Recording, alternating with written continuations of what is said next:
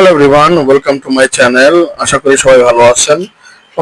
গতকালকে আমাদের এক্সপোর্টারদের একটা গ্রুপ আছে, যে গ্রুপে অনেক সবসময় সবকিছু আপডেট হয়। সেই আপডেটে একটা নিউজ দেখলাম, যে নিউজটা নিয়ে ভিডিওটা বানাবো। সেটা হইতেছে যে রপ্তানি নগদ প্রণোদনার অর্থ আর কখনো ঝুলে থাকবে না। নগদ প্রণোদনা বলতে ইনসেনটিভস, যেটা 2024-এর পরে মাত্র মনে হয় একবার বা দুইবার ছাড়া হয়েছে, এর চেয়ে বেশি ছাড়া হয় নাই। তো কারণ সরকারের ব্যবস্থাপনা, কারণ গতবার সরকার তো কোনো ছিল না, বলতে গেলে তত্ত্বাবধায়ক সরকার ছিল, আর 24-এর আগে ছাড়া হয়েছে।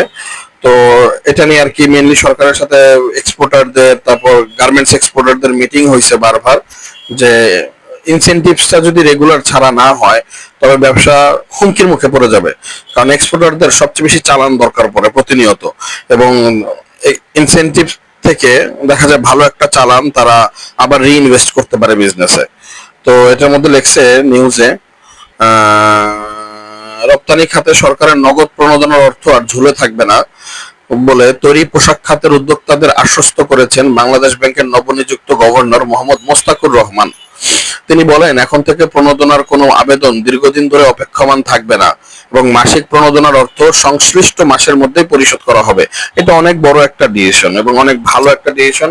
এক্সপোর্টাররা যদি মাসে পেয়ে যায় তাইলে মনে করেন এর থেকে বড় আর কিছু নাই। মনে করেন যে প্রত্যেক মাসে যদি এক্সপোর্টাররা মানে ক্লেম করতে পারে বা ক্লেম পাইতে পারে, তো এটা অনেক বড় একটা সাপোর্ট হবে।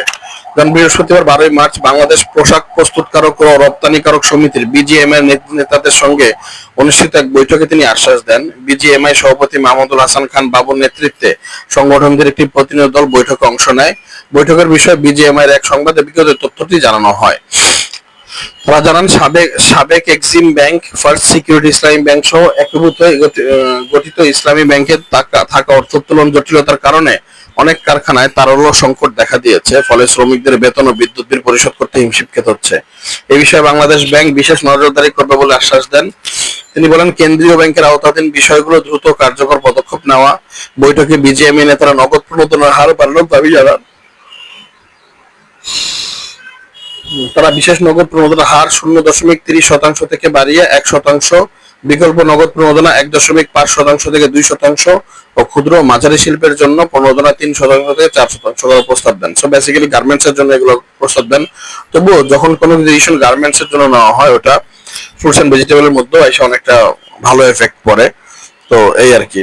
সো ইনসেনটিভস এই ব্যবসার মেইন চালিকা শক্তি।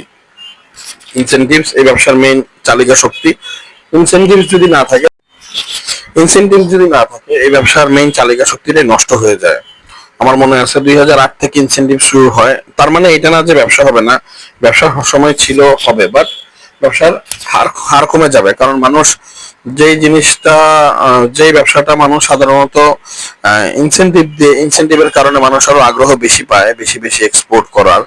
ইনসেনটিভের কারণে ডলার আনার একটা মানুষের মধ্যে একটা আকাঙ্ক্ষা থাকে, হিরিক পড়ে যায় যে হ্যাঁ, আমি $10,000 মাল পাঠাইছি, $10,000 আমার আনতেই হবে। ইনসেনটিভের কারণে দেখা যায় মানুষ মাল অর্ডারও বেশি আসে, কারণ অনেক সময় মানুষ ইনসেনটিভ এর কারণে নগদ কিছু প্রফিট কম রাখে, যার কারণে মালের অর্ডার বাড়ে এবং বায়ারও কম দামে মাল সেল করতে পারে। ইনসেনটিভ না থাকলে তখন এটার ফুল সিনারিটাই চেঞ্জ হয়ে যাবে। মানুষ সরাসরি কৃষকদের কাছ থেকে মাল নেওয়া শুরু করবে, কম রেটে মাল কিনতে পারবে। বায়ারদের সাথে একটা মালের সেলিং এবং বাইং এর মধ্যে একটা কঠিন একটা তারতম্য দেখা যাবে এবং একটা সিচুয়েশন এসে পড়বে মানুষ। তো ইনসেনটিভ ছাড়া সরকারও চাচ্ছে যে ইনসেনটিভ আসুক, কারণ ইনসেনটিভ যদি না থাকে তবে দেখা যায় মানুষ ডলার আনার ক্ষেত্রে অতটা তাড়াহুড়ো করবে না বা অতটা ইম্পর্টেন্স দিবে না। সো এই জন্য ইনসেনটিভটাও খুব জরুরি, এবং এটা যদি রেগুলার আসা শুরু হয় তবে সমস্ত এক্সপোর্টারদের মাথা ব্যথা কমে যাবে। Thank you for watching my video.